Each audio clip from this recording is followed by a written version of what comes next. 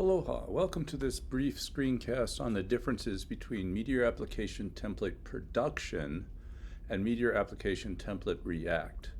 This semester in ICS 414, we're going to be using Meteor Application Template Production, which is an industrial strength template versus the more basic template that you learned about last semester or in 314. One of the first changes is we don't just use raw Mongo collections. We have a base class that wraps the Mongo collections, and therefore you cannot call insert or any of those methods straight on the collection. You have to call the methods in the class. That gives us a lot of power over access to the database. We can do validation on what's being inserted. We can do all sorts of checks. We also have 3 methods for updating documents. We have the define, update, and remove it, which removes a document. We have ways of finding, find doc, which looks for a single document, find one, finds one, and is defined, which will return true if it is a defined document. We can dump all the documents in the collection. We can dump a single one. We can restore all the documents by loading the JSON. We can also restore a single document. We also have publish method, which creates the Mongo publications, and one or more subscribe methods that allows us to subscribe to the publications that are defined for our collection. And then we also have some getters. We can find out what the type, what the collection name, the publication name, and the schema associated with the collection.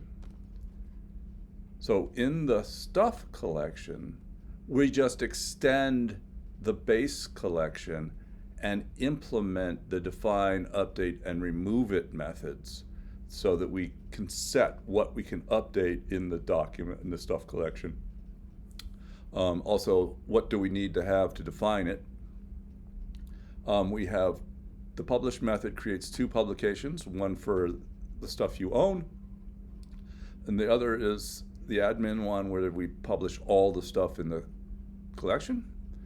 And then we have a subscribe stuff method, which will just subscribe to the stuff you own, and the subscribe stuff admin, which subscribes to all the stuff in the database, but the subscribe stuff admin method checks to see that you are logged in as an admin, otherwise it throws an error, a Meteor error. We also have user profiles in the production.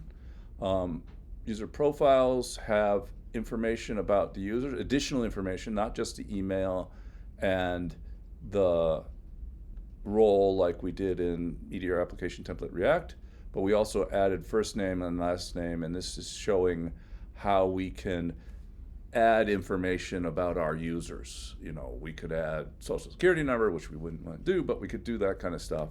And so we have an admin profile collection for admin people, and then we have regular user profile collection for users. We also have a user collection which wraps the Meteor user so that we have another collection that we have access to that we can ask questions about, like, is this user defined, what's this user's email, those kinds of things. Whereas going directly to Meteor users is a little more difficult because certain parts of the Meteor user object may or may not be defined. So then we also have, in addition to all those classes, we have a Meteor Application Template Production class which maps collection names to collections. So we don't have to know, if we have a collection name, we can get that collection through this class. So like if we call the get collection method, given a name, it's going to return the collection associated with that name, or it will throw an exception. So that's a very handy class to be used all throughout the system. We also added unit tests for the collections. So we're using Mocha tests, using fast check and faker, which are 2 NPM modules or packages. The tests check to see if we can define and update documents, or excuse me, define and remove documents. We can update an existing document. We can dump a document, remove it from the collection, and then restore it. This leads potentially to the ability to dump the database and then restore the database. Mostly. Their issue is with the user collections, like the admin and the user profiles, we don't get their passwords, so you can't restore the users because we don't know their passwords. So it allows us to dump non-user documents and restore them. We have a NPM script, so we can write meteor npm run test unit and run the unit tests for all the collections. We have methods. They're validated methods, which are meteor methods that allow us for the client to do changes on the server. We have removed the insecure package, which allows the client to directly manipulate the server's collections. And by removing that, we have to use methods to affect the database.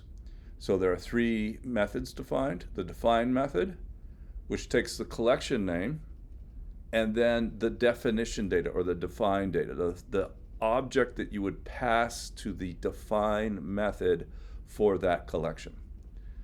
And then we have an update method, which gives the collection name, the update data, which includes the ID of the document you want to change, and then any of the fields that you want to change. So there's a special field in the update data that identifies which document are you updating. And then lastly, the remove it method, which has the collection name and the instance that you are removing. Normally, instance is a doc ID, or the ID of the document you're removing, but it can actually be the document if you want, because it looks to see if there's an ID field in there. Those methods allow us, from the client, to update the collections on the server. Otherwise, we can't do it because we removed the insecure. We have integration tests for the methods. They are async and await functions, so they're asynchronous. We call them, we wait for them to return, and then we check to see that the results are what we expected. You can see an example of the stuff collection integration tests in methods app-test.js. So there's an example of defining new stuff from the client, updating stuff, and removing stuff. And there is an NPM script called test integration that will run the integration tests.